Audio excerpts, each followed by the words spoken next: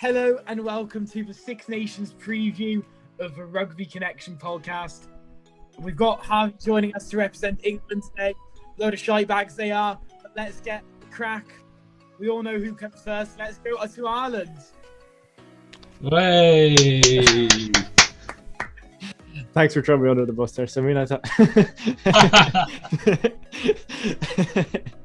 So yeah, last year Ireland finished third in the Six Nations. Did we have 3 wins? I can't remember. Yeah. Beat Ireland and Scotland, 3 wins. Yeah, and lost to France and Wales. 3 wins out of 5. Probably a mediocre campaign. Like not terrible, not excellent. I would say. 2-point loss to France. We would take that at home. Could have beaten them. And then, obviously to finish off strong, beating England was pretty nice. And then, obviously, it's no secret we had... Sorry, Harvey. It's fine, just stab me. It's all good. That's only round 1 of beating England, don't worry.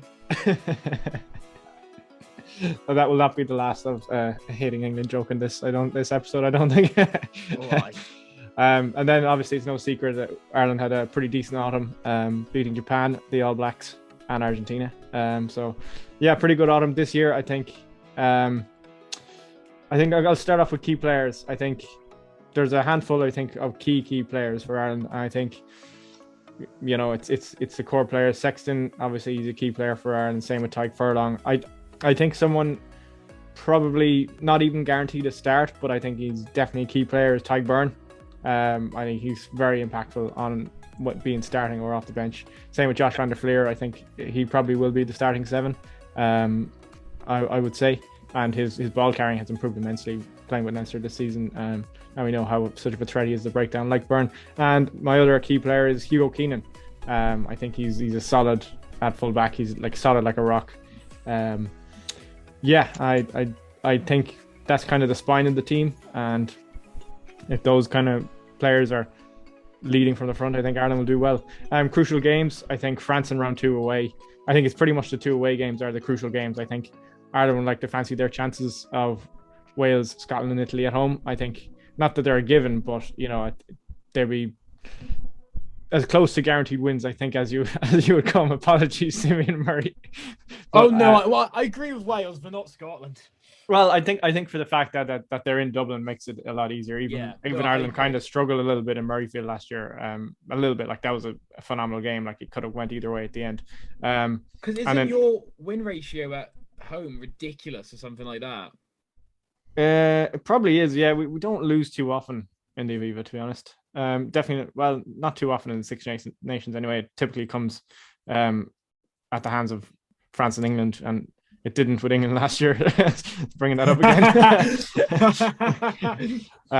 But I think the 2 away games are crucial. I think the France one in the second round in the Stade de France is key. And then I think I'd expect Ireland to win 4 out of the 5 games at least. There's always that chance to win 5, but I'd say I expect Ireland to I'd say they'd be fairly confident in saying that they win 4 games. But obviously, there's definitely on the day it could go either way. Ireland had a training camp in Portugal during the week, just to note that. All the lads had looked at great crack. And then other just random points I want to mention is who's going to start in the left wing. No James Lowe, possibly Mac Hansen. I would like to see. We love Mac. I would love to see Mac Hansen start in the wing. He's great crack as well. If you haven't listened to that episode, go and listen to it. Sick plug. And then I think the other battle is Carthy against Carberry, who will most likely be on the cover of the bench if Sexton is if Sexton has to be injured, or who will start. Not a lot of people are too confident in Carberry with his wrist injury as of late. So he hasn't played for Munster since the end of last year, I think I could be right in saying that. So and he was included in the squad. And then I think the centre selection of either will it be Henshaw and Ringrose, will it be Henshaw and Aki? I think Robbie Henshaw is the guaranteed centre normally, and then it's obviously going to be a strong back row of Dars, van der Fleer and Conan. So I expect Ireland to win 4 games. Really looking forward to this Six Nations. Do you think Ireland have peaked early just because you had possibly the best autumn out of the home nations? Yeah. Have they peaked too early for this Six Nations? No, definitely not. For World the World Cup? Cup. For the World Cup, possibly, but I don't know. I think it depends how well we go in this Six Nations. I mean, maybe if we don't win it, we could be happy that then it might be a sign that we haven't peaked. But I don't know. Hopefully not. So you say 4 out of 5 games. Do you reckon win without a Grand Slam, or do you reckon just second?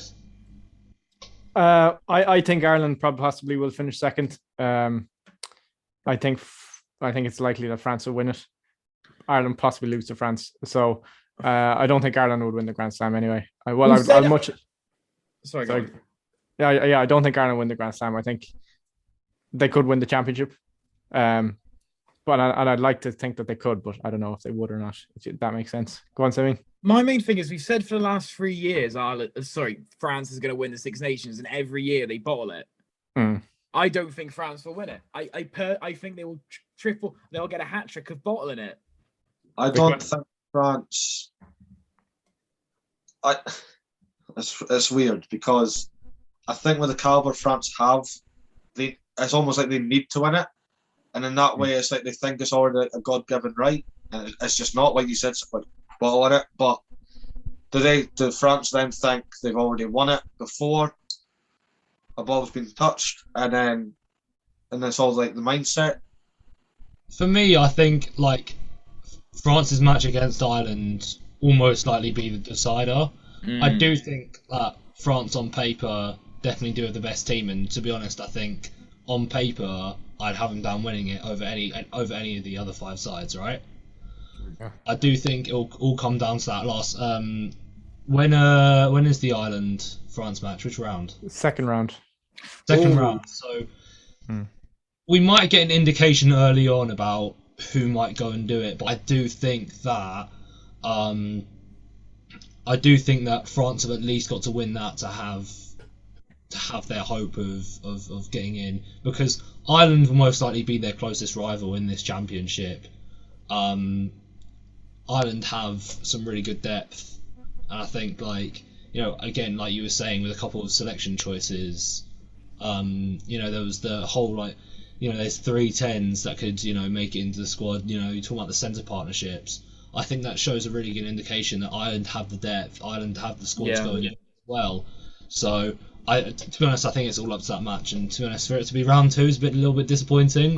It is, and I wonder with that is, Ireland obviously got Wales round 1. Obviously, we'll come to Wales in a bit, but obviously, I think Ireland will still win that game. But it's going to be much more of a challenge than Italy, where France just got to push past Italy, which could mean they go into that game being a bit like, do they fully know their moves when they go up against their biggest rival straight away, in a sense of it's not Italy? That's a good point. I didn't think about that. That is actually a good point. You're saying France could be undercooked coming into the Ireland match, so they could be a bit cocky after a win against Italy. Yeah, at home as well. Sorry, Italy. Yeah, I think finishing up with Ireland. Anyone else have anything else to add? Yeah, I'm just saying. Carty versus Carberry. Who have you got as your fly half? That's a stupid question, Harvey.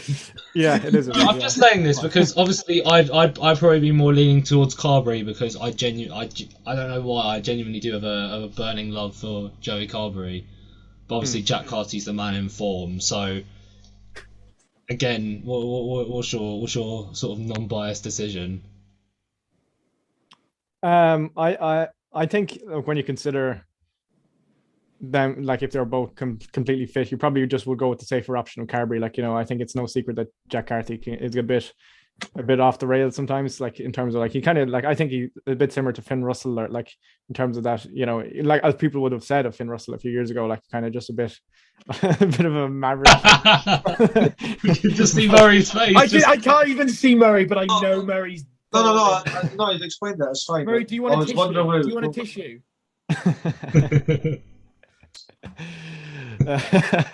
No, but I think I would pick Carty at the minute just because of Carberry's injury woes. But yeah, yeah, that's all I have to say.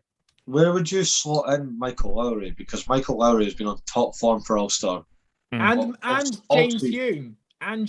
If we're going to talk about on-form Ulster players, Lowry and Yeah. Hugh. Yeah, they'd be the two big ones. Because let's be honest, as good as Nathan Doak is, he's not starting for Ireland.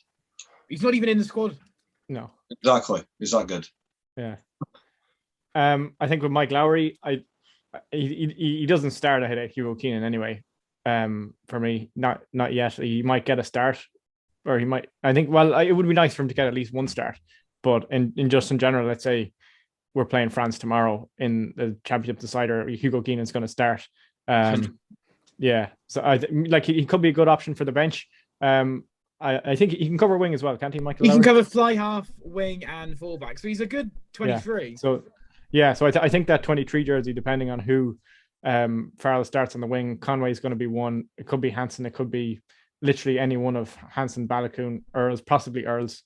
So that 23 jersey will be down to either Earls, Hansen, Lowry, I would say. So I could think Mike Lowry could be a good player to have, and that 23 jersey. That's fine. Team anywhere for him?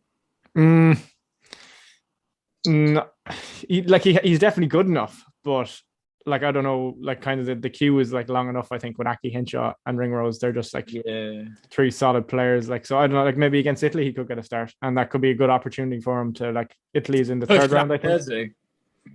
Yeah, so I think that's in the third round. So with two rounds left, I think after that it could be a good opportunity for him. But yeah, that's what I think selection wise.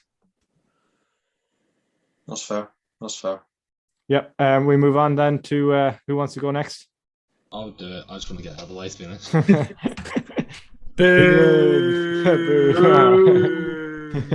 Right, next. Anyway, we have everyone's favourite nation, England. Obviously, last Six Nations was definitely not the one. No, it was a great Six Nations. Not sure where we finished. Can't really remember, but yeah. Win over Italy.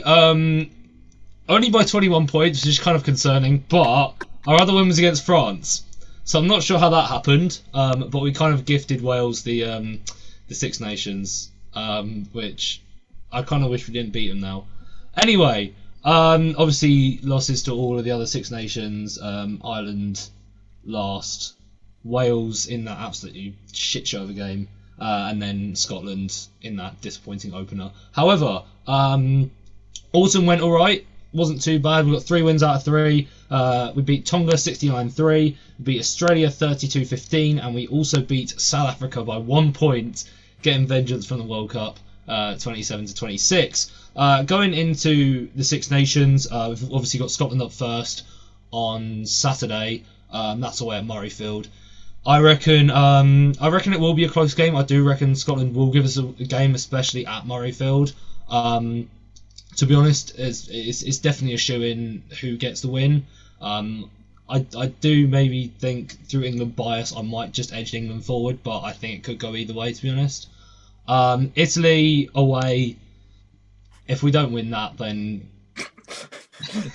you might as well just quit. Moving on. Then we've got 2 home games. We've got Wales at home and Ireland at home. Wales, I expect us to probably win, just with the state that Wales are in right now. And then Ireland at home. I think that'll be our first big challenge. I'm not saying that Scotland won't be a big challenge, but I'm saying that there'll definitely be a mountain and a half to climb. To send you homewards to think again. That's Scotland, not Ireland, you. Yeah, I know, but we're still. Then and then our last round, France away. I do reckon that's probably the loss for us. It's going to be an 0-0 anyway.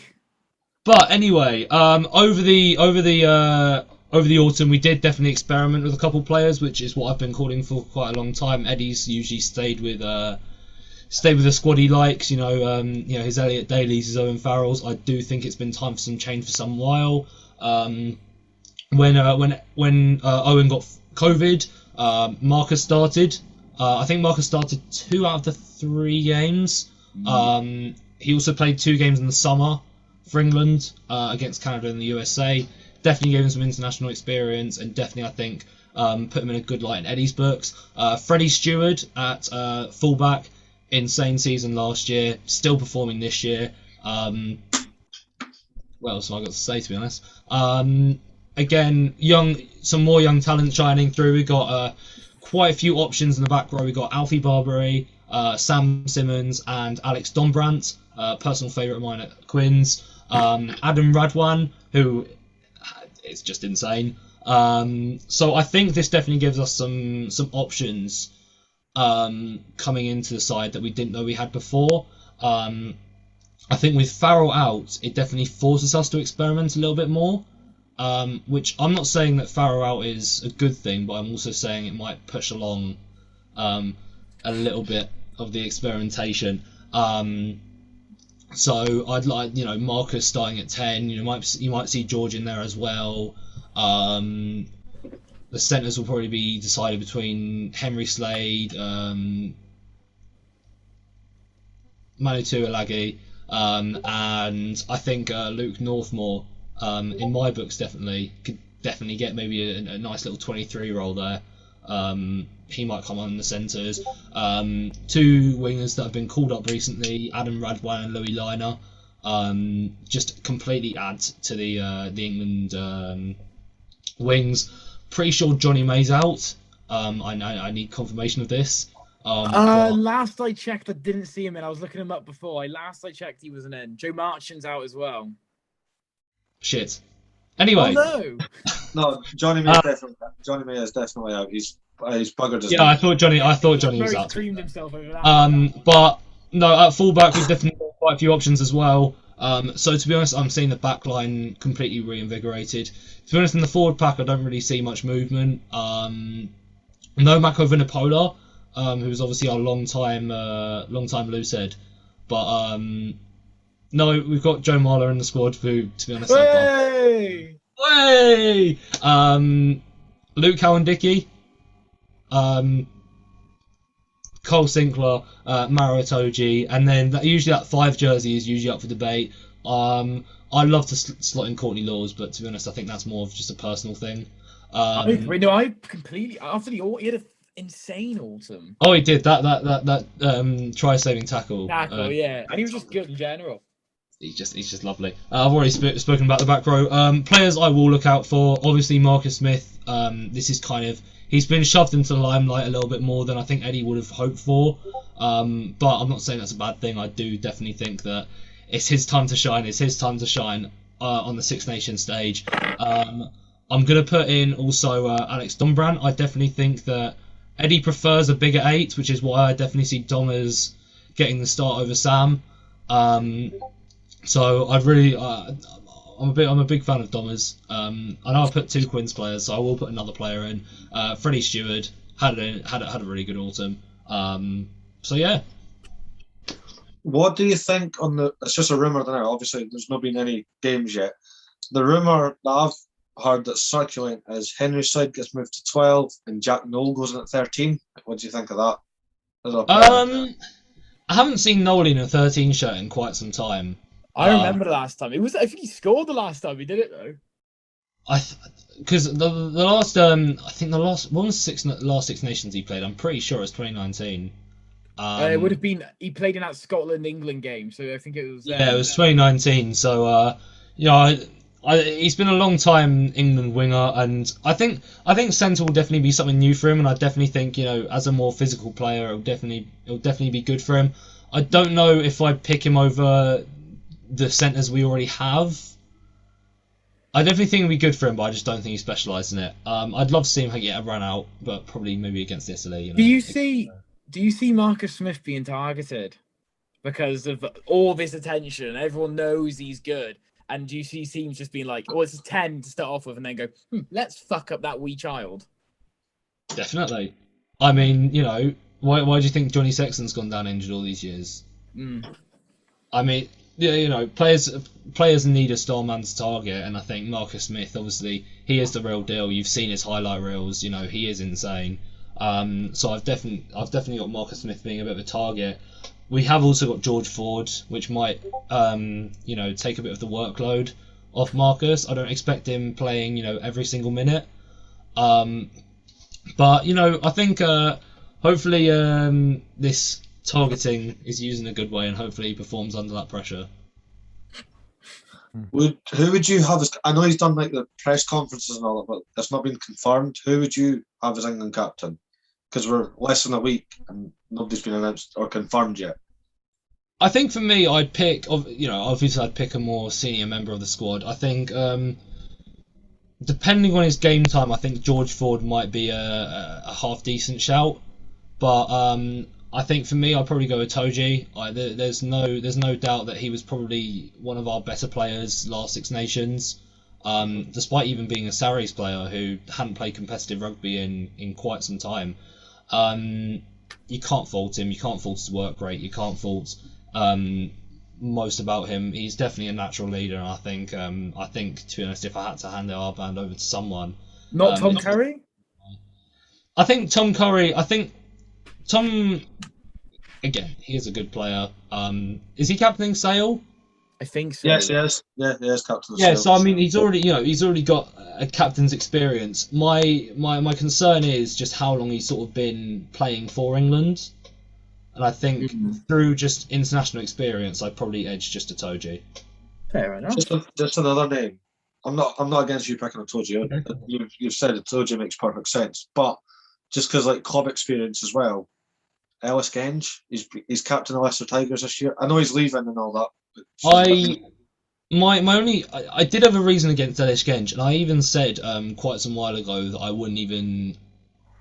he'd probably be a bench player for me because I just don't think he's developed into an international prop. That was me about 2 years ago, to be honest, because I do think it's different now. He's obviously worn the England #1 shirt. He's really sort of fed himself into that starting role. But again, I think the lack of international experience is probably the same argument with Tom Curry, to be honest. Yeah, no, that's fair. I've got a few questions just because I actually really like the England squad this year. Okay. But do you think there's a lack? I do wonder though. I think with England, it's going to go two ways. It's going to go really well because it's new and experienced, or go really bad because it's new and unexperienced. It's going to be very interesting. But I do think the players that we got have had, they're not completely new on the scene. They've definitely had somewhat of international. I wonder if there'll be a thing where England start peaking towards the end of the Six Nations, like maybe round 1 or 2 be a bit rusty and then come 3, 4. Yeah, and if we, looking at our fixtures, if we could win 4 out of the 5 games and then maybe just lose to Scotland in the first round, I definitely wouldn't be upset with that. I'll take that. I don't think that'll happen. I think in the here and now, it's probably going to be the toughest 2 games are at the end. So I definitely think that'll give us a challenge, and we're most likely to lose them. But maybe our peak isn't this Six Nations. Maybe if it's next year, it's just in time for the World Cup. I think maybe that's sort of the trajectory he might be going on, playing this experienced squad for the first 2 years of the World Cup cycle, and then just see how it is. Yeah, that's fair. It's not really an issue. It's more like a head scratcher just because they're all playing so well. Who would you genuinely have at number 9? Would it be at scrum half? Would it be Ben Youngs or Harry Randall or even Rafi Quark? Because Rafi Quark's been playing well with the game time that he's been given. I think for me, both the lads, they got their autumn experience, they got their summer experience. I still would give it to Ben Youngs. He's still on form in the Premiership. I've got no doubt about his form. But again, he's played with Eddie for however long. He's been a long time England #9 for however long. So I would give it to Ben, and definitely give some experience to the young nines. And I think if I had to pick that 21 shirt between Rafi or Harry, I would definitely pick Rafi Quirk. Okay. I do think now it's a bit of an out there one, but I do think his autumn genuinely impressed me. The way he's been playing for Sale has genuinely impressed me, and I do really see him fitting well into the England system and the New England system that Eddie's implementing. Do you think Orlando Bailey will do? I know he won't get as much game time because obviously Marcus Smith, George Ford, but he's been playing really well in a really poor Bath team. So do you think he might get a shot even against Italy? I know we all use Italy as a experimental game. Yeah. No, I think he will just be the third. You know, I think to be honest, I just see him though. It's if someone gets injured, isn't it? Yeah, if Marcus will be a target, and if the worst comes to worst, Marcus gets injured, I put him in my 22 shirt. I put him on the bench. But to be honest, for at least the first few games, I see him as a water boy. Do you think this is just like more of a learning curve for Orlando? Yeah, and I think being in the England camp, and Marcus Smith has been in the England camp before without playing, and probably definitely has at least increased his quality working alongside some of the top internationals. So I think Orlando Bailey can probably really just thrive from the experience of being in an England camp.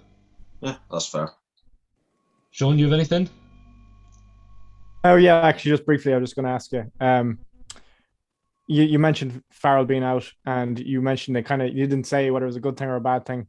But do you think longer term, just in the immediate future, and the effect it could have longer term, do you think it could be a good thing that that Farrell isn't an option this time around, and that from that 10 or 12 jersey, that it's a good opportunity to benefit England longer term? I think it gives Eddie no choice to sort of look at other options, which I think is fair, because again, Farrell's not going to be around for ages, and for me purely, I don't think Farrell fits in the way that England want to play. Yeah, and neither do I think he's a 10 or he's a 12. He's one of those players where he's a really good player, but you just play him in the position that he sort of plays best in. He's not suited to a sort of position. You know what I mean? He's one of those players. It's like Bowden Barrett. I wouldn't say he's a 10 or a 15. He's just a very good player, but he's just suited best to 10 or 15. So I think that's the same with Farrell, to be honest. And I think it does give England a bit more option to experiment with some more concentrated players in terms of position. So I think it'll be good in the short term. I would like to see Faz back, because ultimately, he has done a fair few things for us, but no, I think it'll give Eddie a nice little chance to experiment. And I think, to be honest, we've needed it now more than ever. Yep, that's fair. Aye. On to the next. Shemai? Bryn Howland there? Yes. Aye, Diane. Cymru Bydd. Aye, Wales. So I'm being forced to talk about Wales. It's a hard thing to do these days, really. Your residency isn't ready for Scotland, yeah, that's all. Oh, yeah, much longer. 2 years, right? Okay. So anyway, no. Okay, so I think going into Six Nations, obviously we are the Six Nations title holders. Not for long. Wales are in a very, very strange place, and Welsh rugby in a whole is probably not in a great place. We obviously came off a very good Six Nations campaign, a very disappointing summer, and the most mixed bag of autumn I think I'd ever seen. I mean, we look at the fixture, but Ireland away first. I think Ireland will win that one. I think Ireland's in the best form they've been in for a long time, and you're looking at a Welsh team where we've got a very mixed bag of players. Wales has the biggest amount of injuries of any nation, this Six Nations, which Wales seem to be very good at. But it shows the depth that we've got enough players in. And then obviously we move on to Scotland round 2. I think Scotland will win that. But then I do see Wales getting 2 wins somewhere. I mean, I'll say England just because I refuse to say England will beat us, but Wales will win this game somewhere. Somewhere we will find a second win. We always do. We always beat Italy and we'll find a second win. Alternatively, Wales could be really good and win, but I doubt it. But that's what I'm saying. Wales is going to go 2 ways to Six Nations. They're going to go 5th or 1st or 2nd. It's going to be one or the other. There'll be like no 4th, 3rd for Wales. It's going to be that's reserved for Scotland. Pardon? That's reserved for Scotland. What, 4th? Yeah. Oh, no. Anyway, so as you can see, I'm still representing Scotland as well with my hat. Players, it's a weird one with the players we're looking at. So you're missing Wales's core back row, of Navidi, Tipbrick, and Falatau, all injured. So you're looking at it's really weird. So you're looking at Wainwright, Jenkins, and Basham as your back three, which we saw in the autumn was very good, and they really put it up to South Africa. Like, I think people forget Wales did lose to South Africa, but we were winning for 70 minutes and nearly won that game. It was a weird one. Obviously, we got the wins against Australia and we got the win against Fiji, even though that was a very odd game and Fiji kind of ran us around the park. So, as I say, it's going to be very strange to see how Wales goes, but there's some exciting new players, and you've got Jack Morgan, flanker at the Cardiff Blues, who's been on real form recently. You've still got the on form and arguably the best back three of the Six Nations in Josh Adams, Louis Samet, and Liam Williams, which is a very, very good back three where under the high ball is unbeaten. And then the biggest talking point, I think, from Wales's camp is obviously we're missing Alan Wynne-Jones. Dan Biggar at captain, which could be, the best, worst idea anyone's ever got. All I see is Harvey's face right now, just saying no. It's going to be weird because he's been on form for Northampton. He's played well. And he's Wales's, I think he's the most experienced player in the camp, so it makes sense for him to be captain. And he's a gobby shite to begin with. But if he can tone it in and get the respect from the refs, it'll be okay. I mean, I've bollocks on about refereeing for a long time. And on that, actually going back to England on a referee front, I think no foul at captain will actually help England in Six Nations. Yeah. Unless it's a toe J, and then I do think it will go downhill again. Oh, shush you. Moving on. Anyway, and obviously, player I'm really excited to see do well, and I think what's given him confidence of the Lions tour, Adam Beard, who was, and we can all agree, was extremely good on the Lions tour, given vice captaincy. So if Biggar starts being a shit, get him on, put arguably Sheedy or Priestland on, who I'd rather have, and give the captaincy to an Osprey second row, which tends to be the best way to have a captain as Wales, with God missing this Six Nations. But no, it's gonna be a rough one. I'm still gonna support Wales in Wales v Scotland, but I want Scotland to win the Six Nations. That's my thinking. Don't ask me either. I'm apparently working that weekend as well, so I'm going to walk into work with a Welsh on. It's going to be an odd one. It's going to be weird. I think how Welsh rugby community level's going at the moment is not helping feed the national team very well either. I've spoken a lot about this on other things, but yeah, it's I don't know where to go really with Wales. It's a very strange one. Oh, but briefly, we need to mention that Leinster lost to Cardiff, and that makes everything better. Way up the diff. Up the diff. And we talk about regional rugby. I mean, it's been a good weekend. We got a win against the two top teams in the URC. Right, anyway, so my questions. So obviously you mentioned Alan Wynne-Jones was out. Do you see Biggar captaincy? Again, this is what we were saying. Basically, what you said about Itoje. Do you see it as a good thing or even a bad thing?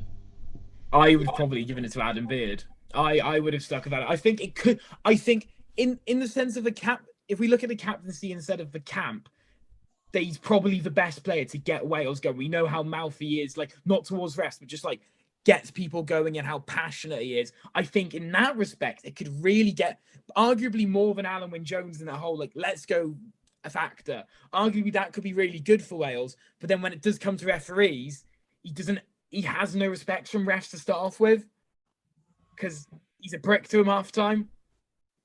So that's where I see it. It could be very interesting to see where that goes, but we'll see where it is. I'd have picked Adam Beard still over him.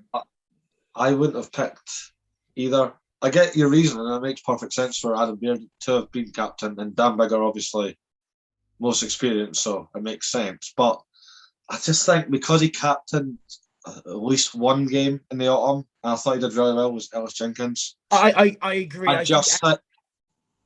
I think obviously every country does it. They always like put someone in a shadow. If you want a Sam Warburton, Ellis Jenkins has got it. No, they're not. They're not the same player. Not player. Murray, you're not qualified to talk about Sam Warburton, right? Shush. You're not comparing anyone. No, you're being rude. I was genuinely making a point there, and I didn't say player ability. I did not say player ability. Fair enough. No, captaincy wise, I did what I thought it was going to originally go to Jenkins, but then. Is there an argument maybe he's not going to start? I know he's been good, but are they maybe going to play? Like Adam Beard and Dan Bigger are obviously set in stone positions. I know it's about Sheedy and Priestland, but they've not played as well as Bigger has still, right? I think because Welsh back row, it's so competitive. Obviously, time action, and then even the young ones coming through. And I know Pivak likes to pick one or two positions where he'll keep a young player in. Like Louis Sam at last Six Nations, they just kept him there the whole squad, even though he was brand new. So I wonder maybe Jack Morgan's going to come in. I don't know, but it's going to be a weird one, I think. Right. Again, you mentioned the back three. You did mention that you probably have you in your words the best back three in the championship. Right. I'm not going to say it's the best, but I definitely do reckon it's up there. Three players I quite particularly like actually. Josh Adams, Louis Samet, and especially Liam Williams is probably one of my more favourite players. But do you reckon that will give the backline a bit of stability? Do you reckon there'll be a lot of changes in the backline? Backline, we don't have many injuries in, which is really good to see. And Wales, I think, recently have really thrived off their backline. So you'll have Thomas Williams or Kieran Hardy at 9. Probably Thomas Williams, he's been in good form. Dan Bigger at 10, and then you're gonna have that back three. Centres where it's a bit weird because it's do you have out of form Jonathan Davis in for experience? A reason maybe he's not captain for a reason. Maybe they're going to go. I mean, I personally have Nick Tompkins and Johnny Williams as my centres. No George North, or is he not in the squad? He's still injured. Or Willis Halaholo's coming back from injury. I'd like him in there as well. But I wouldn't have Jonathan Davis in. But I do think that back three. We talk about high ball. Obviously, you've got arguably some of the best high ball specialists in the world, and Liam Williams and Dan Bigger. That I think is going to be a real big. Wales is going to use that massively. And Josh Adams and Zamet are good under the high ball as well. Especially teams like Scotland, where they really struggle with the high ball. And I think that might be a really good place to try it out. That's fair. Do you think, obviously, because you have been hit massively with an injury list this year, obviously we mentioned Alan Jones, Phyllis Howe still out, Ken Owens is hurt. Do you think almost the lack of experience again do you think it's a good thing or a bad thing for Wales? It could be both. It really could be both. I think Wales have really needed to change the last few years, and they kind of did and didn't. It's weird. We'll see. I think change it up with 2 years out from World Cup, year and a half, whatever it is from a World Cup. Just get it changed, and maybe we can do it. I don't see the World Cup going particularly well, but that's another story. Yes, Harvey Allen. Does the autumn scare you? Does the autumn international scare you? Because again, absolutely thwapped by New Zealand. But we had no play. But we had no. That's the thing. We had. That's fair enough. There. Obviously the lost South Africa. Definitely challenged by Fiji, and you wouldn't usually admit Fiji are a top side, but the way they played, they did run Wales ragged in that game. And then obviously Wales Australia as well. Just about got a W. But with quite a few uncertainties in autumn, is it scaring you coming into the Six Nations? It's making. I'm literally that whole thing of I've got hope. Like the South Africa game, we put it to South Africa, and then we beat Australia. I know we had to grind out a win and do everything to get the win against Australia, but we still did it. And Wales never do well against Fiji. Give me a game when Wales actually did well against Fiji. World Cup 2007. Oh wait, no. Yeah, exactly. 2007, even 2015. All the but every time we play Fiji in a World Cup, we never convincingly beat them. The last 3 World Cups we played Fiji, we've never done well against them. So I just think Wales have a thing with Fiji. I think it's just a Welsh mindset at this point. So you're gonna have to play them again in 2023. Yeah, I know. I will lose this time. Honestly, watch it. No, I think I'm expecting Wales to finish 5th. Anything higher than that is a positive. But I could see it going really two ways. Well, I can't give you anything definite on Wales because I don't think anyone could. It's still Wales. I think arguably is the weirdest of all of them because we know what Wales can do. We always know Wales can do something, but it's Wales, so we also know they can fuck it up. I've got a weird question. So because of the autumn, a lot of Welsh fans. I'm not saying you did, but a lot of people were like, "Oh, Pivac needs to go." And I know that it's like a different thing in rugby compared to other sports. Do you think if the chance of maybe getting even defeated by Italy, I'm not saying thumped, just at 1 point lost to Italy, and then potentially a wooden spoon, do you think Pivac would have to go then? If it was a wooden spoon, I'd say yes. I don't like the whole idea of get rid of Pivac. I remember I'm at the Scarlets. He is an incredible coach, and he really does have a good, I think, idea of trying to make Wales more a fluid team. We and score more tries, which we scored a lot last Six Nations. So if you remember when Wales won the Grand Slam, we scored 8 tries the whole Six Nations. Italy scored more tries than us that year, right? But we won it. So, but now on the PVAC we score more, but it's really weird. And I think if it's a really poor Six Nations, yes, get rid of him because he's not been consistent. But if he can get a 4th or a 5th and show us hope, even if we lose the games, but show us Wales are playing well, good rugby, we're just losing to 4 teams who are in a much better place than Wales, then go. Then, keep him. So if you lost to, I'm guessing, Scotland, England, Ireland and France, is the teams you're on about? Yeah, I see us winning one of those. We always seem to win those games. No. I'm just saying, do you think if you were to lose all 4 of those games by a better side, would you just accept that? Or if we lost all those games, I'd accept that, yeah. Okay. And Murray, the team I actually want to do well, Scotland. Yeah, Scotland, right. You guys have known me for about a year. I'm not a big, let's jump on the bandwagon and see what everyone else thinks, especially when it comes to team. I mean, I'm a bloody Edinburgh fan. It's just been a weird time this year to hope. But in Scotland, I generally think this is potentially our best year to do something. I'm not saying we're going to win it. Obviously, like yourselves, you'd love to win the Six Nations. It's obvious you'd want to win it. I think we will be a deciding factor in it. I'm not saying we will win it, but I think we will either trip someone up from winning it or, like last year, play a factor in as if we beat such and such, Wales win. But you know what I mean? Versatility in the squad this year is massive. There's so many players, forwards and backs, that can play multiple positions, either really well or relatively well, which is it's great to see because obviously Gregor likes to mix things up a little bit and just see where it goes. And I think this is possibly the best squad to do that. Obviously, your key player, your Stuart Hogg, running things from the back, Finn at 10. I think Ali Price has pushed himself into be a key player after that Lions tour last year. I mean, he kept Conor Murray out the squad and he was tour captain after Alan Wynne-Jones got injured. Obviously, Hamish Watson, when Hamish plays the way he wants, it's fantastic. But I think I wouldn't give Hamish the key player this year. I think it's actually going to be Jamie Ritchie because he's freakish. What he does defensively is unreal.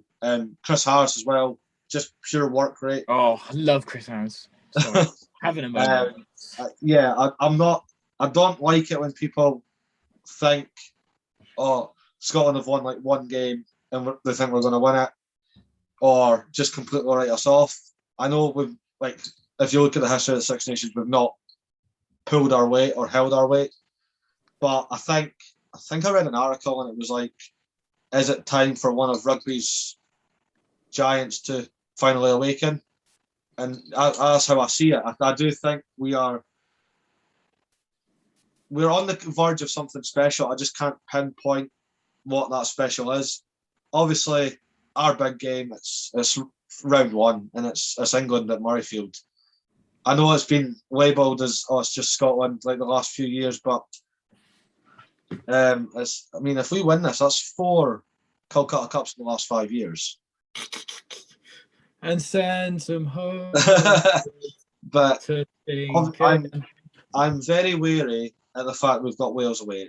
I know Wales haven't put out the best squad because of injuries and all that, but we went down to Wales a few years ago and somehow had the mindset we had at one, and Wales absolutely blitzed us.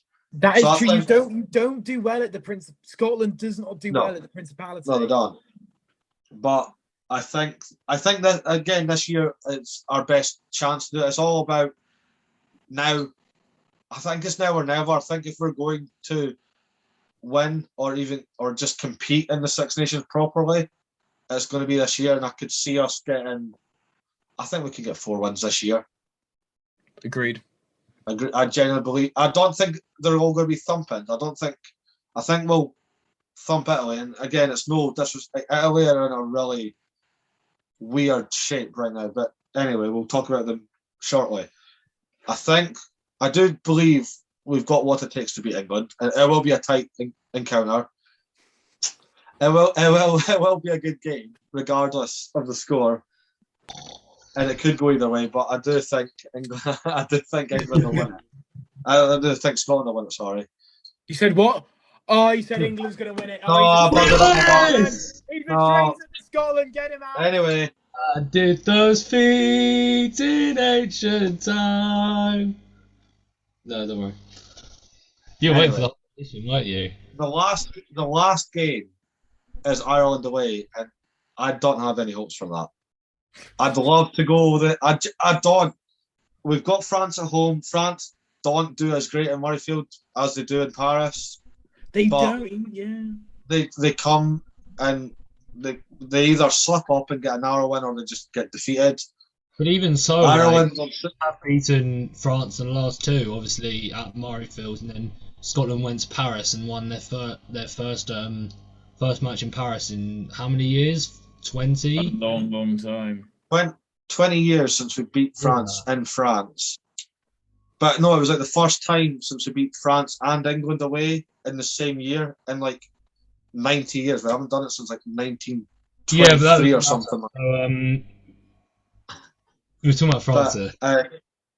I think if you let the backs play the style, obviously Gregor Townsend has a very quick tempo to his squad. If the forwards can hold their own, and I do think Pierre Schumann will come in handy for that over Rory Sutherland.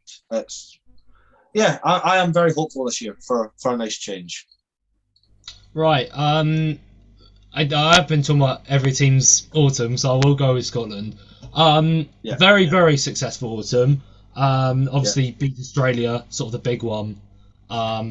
Beat Japan as well. Lost South Africa, but to be fair, that was always going to be a tough game. And then won convincingly against Tonga. I wonder who that. So again, does the autumn indicate anything going into the Six Nations, and are there any players that was kind of stand out from the autumn, kind of your set in stone picks to place on your side? That one was definitely a good indicator. Yeah. Obviously, I just say losing to the world champions. It's not a big deal because they're the world champions for a reason. Yeah, but imagine them winning. Not gonna lie, Murray. You were quite upset after that game. I was quite upset, but I was more refereeing than anything. But when I take time to actually look at the game after it all, our game plan didn't work. You get days like that. Anyway, players that stood out in the autumn. I think Duhan has cemented that number 11 jersey. He is a freak of nature. I wouldn't say he's clamped down the starting jersey, but I think Ewan Ashman needs to be in that matchday 23. I think coming off the bench, he's very explosive. He's quite quick for a hooker as well. The hookers these days are freaking me out. I do think Pierre Schumann gets the edge over Rory Sutherland now, just because he's a bit more solid on the scrum.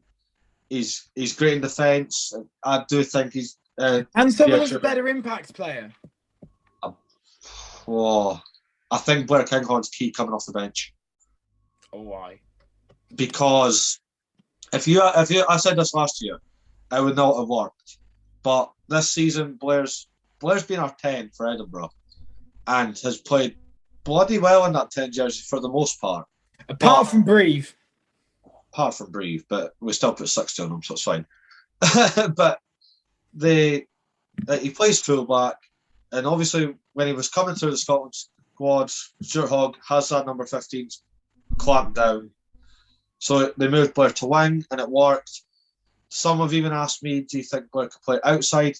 Just because Chris Harris is so good, I said no. But first, yeah, I do think if the amount of players that can play in multiple positions are so good. So, yeah, thank you for that question, Harv. Just quickly, Murray, which of the games are you personally looking forward to the most at Murrayfield with your season ticket? At Murrayfield, England. It's the biggest. It is the biggest game for us, home or away. It's always our big one. It's our World Cup final. So I'm always up for the England game. And Murrayfield is our training ground, so it'll be fun. Is it though? Moving on to the other two, obviously we don't have representatives for them, but France or Italy?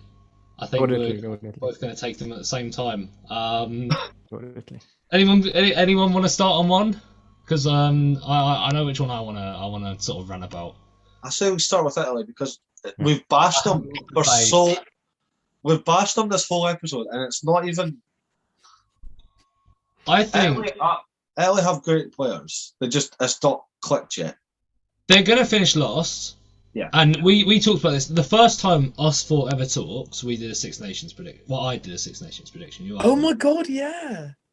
I know, this is nostalgic Oh now. my god, nostalgic. Deja vu. But no, we briefly touched upon Italy, and obviously I had them finishing last. I genuinely do think Italy they're in a transition phase, right? Yeah. And I'm not talking like they're going to magically win out of nowhere. Some teams in sports have won in a transition phase, but I don't expect Italy to be like that. But yeah, of course Italy have a great backline developing.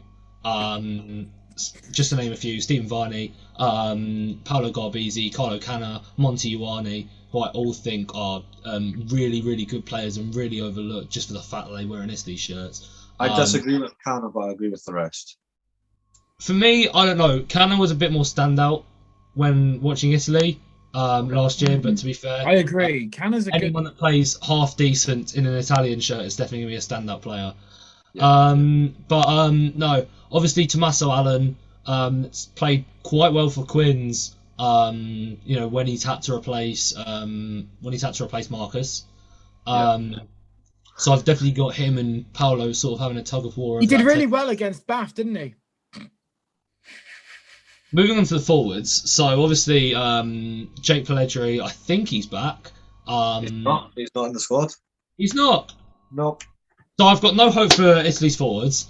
I have one hope, because they've finally got someone that they could almost be proud of going forward, and it's Michel Amaro, the captain. Yeah, he's number 8. Yeah. And I don't like comparing players because there'll never be another Sergio Parisse, but I think he'll be your closest. Yeah, and I think also with Italy, it's not even just him. I think their under-20s have really shown some promise, and obviously this won't be part of it. They won't all be part of this Six Nations, but I'm not sure where they finished last Six Nations, the under-20s. But they went ahead and beat Ireland quite convincingly, which They put a hurt on Scotland as well. Huh? They put an absolute hurting on Scotland as well. I want to say even Wales too. And that's what I mean. So, I definitely have hope for Italy's future. Obviously, not all of it will come through this Six Nations, but we'll definitely be looking at them in the next few. And I've always said, always an unpopular opinion of mine, that Italy will win a Six Nations in the next 10 years. A whole 10-year project. But I obviously think that this year, even last year might have been the whole start of it. But I think this year will definitely be to develop. To be honest, I don't think they'll win any games, but even to get a losing bonus point against the side will probably show Wales. Thing is, yeah, they can capitalise on someone like Wales, I reckon. To be honest, I even think England, they could get a losing bonus point too. They were definitely their best game was definitely against us last year. Yeah, they played really well. They also played really well against France, but France just had an absolute romping. But I definitely think at least get a losing bonus point, and that shows at least something. I think something we need to look at for Italy, because we've talked about it all for us. They kept New Zealand 0-0 for half an hour. Like, that's incredible. You would never say that about Italy. No, exactly. Especially with the year the All Blacks have had as well. I mean, yeah. Are they world number one at the moment? I think so. I'm not sure. Oh, probably. I'd put them there if it was up for me. But yeah. I do think that Italy have been showing a lot of promise, like the most since 2015. Yeah. When they got their last win. So I do think they will get their first win. I was at their last win in the Six Nations, which tells you it's been a while. It was against Scotland, so. I know. It was a bad game, but I genuinely do believe that Italy will get a win this year. Fair enough. Sean, do you want to finish us on Francais? I do very much so. Let me bring out the like shedding its skin. I don't like that shirt. No, listen. I don't want to get. Buy it then. It's just a stripe. Like the stripe goes all down the back, and it's just. The rest of the shirts are bland. Yeah. Anyway, just to address the point there, you said you were questioning Harvey, who's world number one. I looked it up there. South Africa are actually world number one currently in the world rugby rankings. Yeah, just to clarify that. Are they really, like, morally? Yeah. No, they're not the best team, but factually they're the world. The top of the world rankings. Anyway, France. World rugby is now we know that world rugby is broken. I can't say that, they follow me. Oh no. Anyway, Sean, do you want to go on? Yeah, France, I think, look, apart from the obvious Dupont and Entimac in terms of key players, I think there's a few fringe players who are like actually have a lot bit of a bigger impact than people think. I think someone who really stood out in the autumn was Pietro Mavaca, the hooker from Toulouse. He had an outstanding autumn, and like I think hooker has been a pivotal position for France over the last number of years. You think of like Guirado and even Julien Marchand as well, who was injured more recently. So I think he's a big player for them. I think Melvin Jaminet as well, a fullback. We all know how good he is. Fiku, superb ball player. Yes. Gregory Aldrit. Gregory Aldrit and Cameron Walkie, I think, in the back row / second row. I think. Love Cameron Walkie. I think for me, France do have one of the most underrated centre partnerships in Vakatawa and Fiku. Rugby. Like for me, I love watching them play. I love watching France play, let alone them too, because I think they absolutely run the game. People really overlook them, especially Fiku. You've seen him in club games, you've seen him for France. He's not just there. He's not just there for fun. He's there because he is, I think, one of the best in his position. And I think another Six Nations like he had last year can definitely cement that. And I think if France go on to win it this year, which I do think they will, it'll definitely do something not only for France itself but for him as a player as well. That's all I have to say. Yeah, I think that's fair. I think also just briefly, after the initial squad was named, they had to release, I think, was it 11 players due to injuries and COVID, just before the first round of the Champions Cup, I think it was. A lot of them are back now. They issued a squad update yesterday. So Dupont, Entimac, Leroux, Jalange, Kroos, Antonio Bay, Dulan, they're all back. So, and actually two players who weren't involved in their squad in the autumn, Leroux, Teddy Thomas and Vakatawa, they're all back as well. So France are pretty much back to full strength. So we all know the key games for them. They could definitely win it. And yeah, France I think they're exciting to watch. They're so good to watch. Yeah, that's all I have to say about France anyway. Final thing, and not just about France, it's just I want your boys' opinion. Like, what's your table? What's your final table? I've already said mine, so I'll quickly just run through it. Italy, the bottom. We'll go bottom up. Yeah. Italy, Wales, Scotland, England, Ireland, France. Okay, Simeon. Italy, Cymru, England, France, Scotland, Ireland. Okay, John. Italy, Wales, England, Scotland, Ireland, France. I think. Okay, so mine's is Italy, Wales, England, Ireland, Scotland, France. I think that could change. That's depending a lot on results. So, like if Ireland beats Scotland, Ireland's second. But I just think France need to win it, and that's just will not leave my head. Yeah, I think it'll be a statement of intent for their home World Cup. Like obviously, you know, it's not the World Cup year, but at least they'll put some terror in some sides. Exactly. Why? Group and walk into their backyard. But anyway, thanks for listening. I hope you really enjoyed our Six Nations preview. First games are this Saturday, where Wales will take on Ireland and England are going to beat Scotland. So thank you for listening. We all hope you have a really good time. And yeah. Diolch yn fawr iawn and enjoy the Six Nations. Glad go full.